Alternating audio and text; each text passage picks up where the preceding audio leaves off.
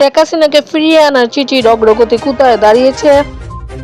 জুলাই অভ্যুত্থান ঘিরে পরিচালিত হত্যাযজ্ঞের অপরাধে মৃত্যুদণ্ডপ্রাপ্ত শেখ হাসিনা ও আসাদুজ্জামান খান কামালকে ফেরত পাঠাতে এখনো ভারতকে চিঠি দেওয়া হয়নি বলে জানিয়েছেন পররাষ্ট্র উপদেষ্টা তৌহিদ হোসেন।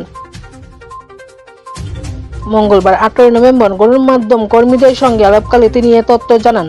পররাষ্ট্র উপদেষ্টা বলেন, শেখ হাসিনাকে ফেরত চেয়ে ভারতকে এখনো চিঠি পাঠানো হয়নি, তবে চিঠি প্রস্তুত হচ্ছে। আজকেই পাঠাতে হতে পারে, তবে চিঠির সঙ্গে রায়ের কোনো কপি পাঠাবে না পররাষ্ট্র মন্ত্রণালয়। তিনি বলেন, শুধুমাত্র একটি নোট ভার্বালে রায়ের বিষয়টি জানিয়ে শেখ হাসিনাকে হস্তান্তর করতে বলা হবে। এর আগে সোমবার 17 নভেম্বর আন্তর্জাতিক অপরাধ ট্রাইব্যুনালে শেখ হাসিনা, আসাদুজ্জামান খান কামাল ও সাবেক আইজিপি এবং রাজসাক্ষী চৌধুরী আবদুল্লাহ আল মামুনের বিরুদ্ধে রায় ঘোষণা হয়।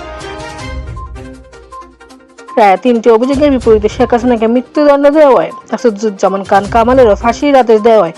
তবে বিচারিক প্রক্রিয়ার সহায়তা এবং সত্য উন্মোচনে এগিয়ে আসায় সাবেক আইজিপিকে 5 বছরের কারাদণ্ড দেওয়া হয়।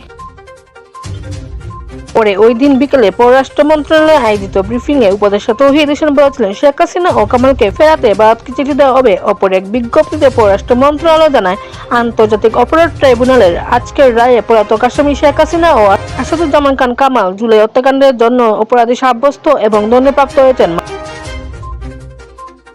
মানবতা বিরোধী অপরাধে দণ্ডপ্রাপ্ত এই ব্যক্তিদের দ্বিতীয় কোনো দেশ আশ্রয় দিলে তবে অত্যন্ত অবন্ধুসুলভ আচরণ এবং ন্যায় বিচারের প্রতি অবজ্ঞার শামিল।